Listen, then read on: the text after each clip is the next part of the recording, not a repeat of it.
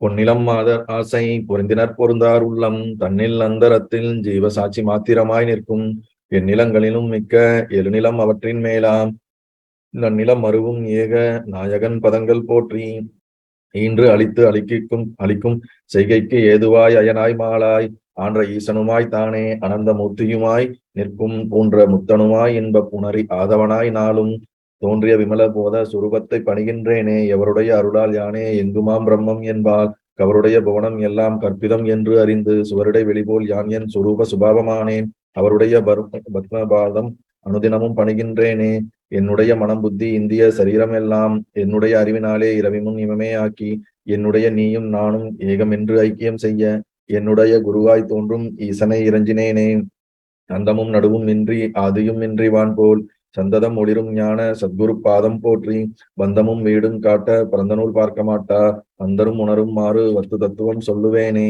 படர்ந்த வேதாந்தம் என்னும் பார்க்கடல் மொண்டு முன்னூல் குடங்களில் நிறைத்து வைத்தார் குறவர்கள் எல்லாம் காட்சி கடைந்து எடுத்து அளித்தேன் இந்த கைவல்ய நவநீதத்தை அடைந்தவர் விடைய மண் தின்று அலைவரோ பசியிலாரே முந்தனை வெங்கடேச முகுந்தனை என ஆட்கொண்ட கர்த்தனை வணங்கி சொல்லும் கைவல்ய நவநீதத்தை தத்துவ விளக்கம் என்றும் சந்தேகம் தெளிதல் என்றும் வைத்து இருபடலமாக வகுத்துரைத்து செய்கின்றேனே.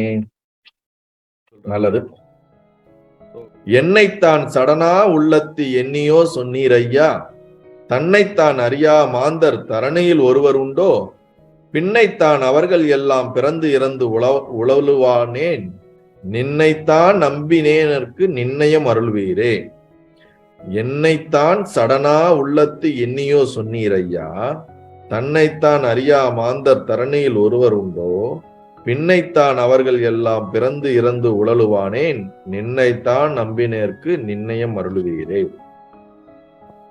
இப்ப சீடன் என்ன பண்றான்? கன்ஃபியூஸ் ஆயிட்டான். அவன் என்ன கேள்வி கேட்கிறான்னா, என்ன நீங்க என்ன முட்டாளுன்னு நினைச்சிட்டீங்களா?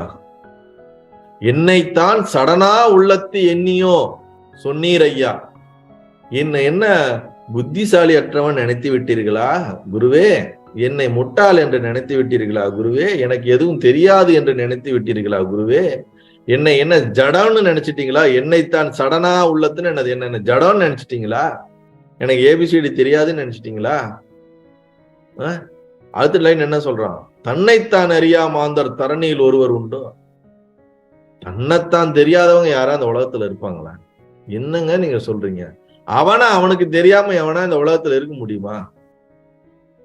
அவன் எல்லாருக்கும் அவனை பத்தி தெரியுங்க. தெரியாம எவங்க இந்த உலகத்துல இருக்க முடியும்? அந்த விஷயம் கூட எனக்கு தெரியாதா? அந்த விஷயம் கூட தெரியாதா? நான் முட்டாளா அப்படின்னு என்ன பண்றான்? குருகிட்ட கேட்கிறான். ஏன்னா இவன் முழுவதுமான ஒரு உத்தம அதிகாரி கிடையாது. எல்லாமே தெரிஞ்சு வரல. எனக்கு தெரியாதுன்னு தானே வரான். ஏதோ 1-2 அங்கங்க கேட்டிருக்கிறான். ஞானம் தான் மோட்சம் தான் ஏதோ கொஞ்சம் வைராக்கியம் சாதன சிஸ்டத்துல கொஞ்சம் அங்கங்க இருந்து இந்த மாதிரி நம்மள மாதிரி அப்படியே கொஞ்சம் வந்துட்டான். இன்னும் தன்னைத்தான் உணர்ந்து கொண்டால் தரணி என்னது தன்னையும் தனக்கு ஆதார தலைவனையும் கண்டால் அப்படின்னு நீங்க சொல்றீங்களே, உன்னை நீ உணர்ந்து கொண்டால் உனக்கு ஒரு கேடும் இல்லை என்று சொல்கிறீர்களே. எந்த மனுஷனாச்சு அவனை பத்தி அவனுக்கு தெரியாம இருக்குமா? அடுத்தவங்களுக்கு வேணா தெரியாம இருக்கும், அவனை பத்தி தெரியாம இருக்குமா? அவனுக்கு எல்லாருக்கும் தெரியும். இது என்ன குருவே உங்களுக்கு தெரியலையா? இல்ல எனக்கு தெரியாதுன்னு நினைச்சு என்கிட்ட சொல்றீங்களா அப்படின்னு அவன் கன்ஃபியூஸ் ஆயிட்டு, இருந்தாலும் அவன் எப்படி அதை அப்ரோச் பண்றான் பாருங்க.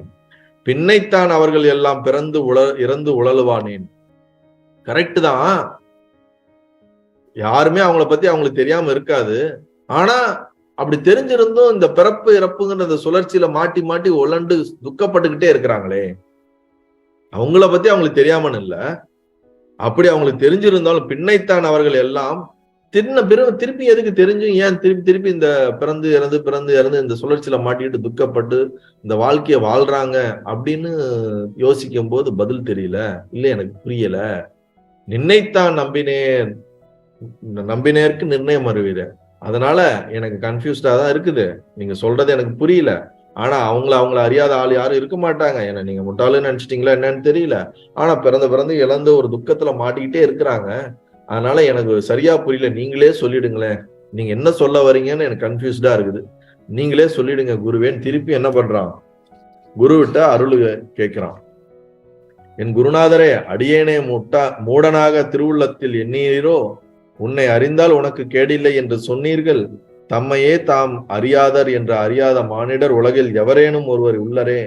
பின்னர் அவர்கள் அனைவரும் பிறந்து இறந்து துன்பறுவது எதன் பொருட்டு? உண்மையே நம்பி எனக்கு அந்த உண்மையை உள்ளவாறு உபதேசித்து அருள்வீராக என பிரார்த்தித்தான். திருப்பியும் குருநாதர்கிட்ட கேட்கிற வேற யார்கிட்ட கேட்க முடியும்? இல்லைங்களா? நல்லது.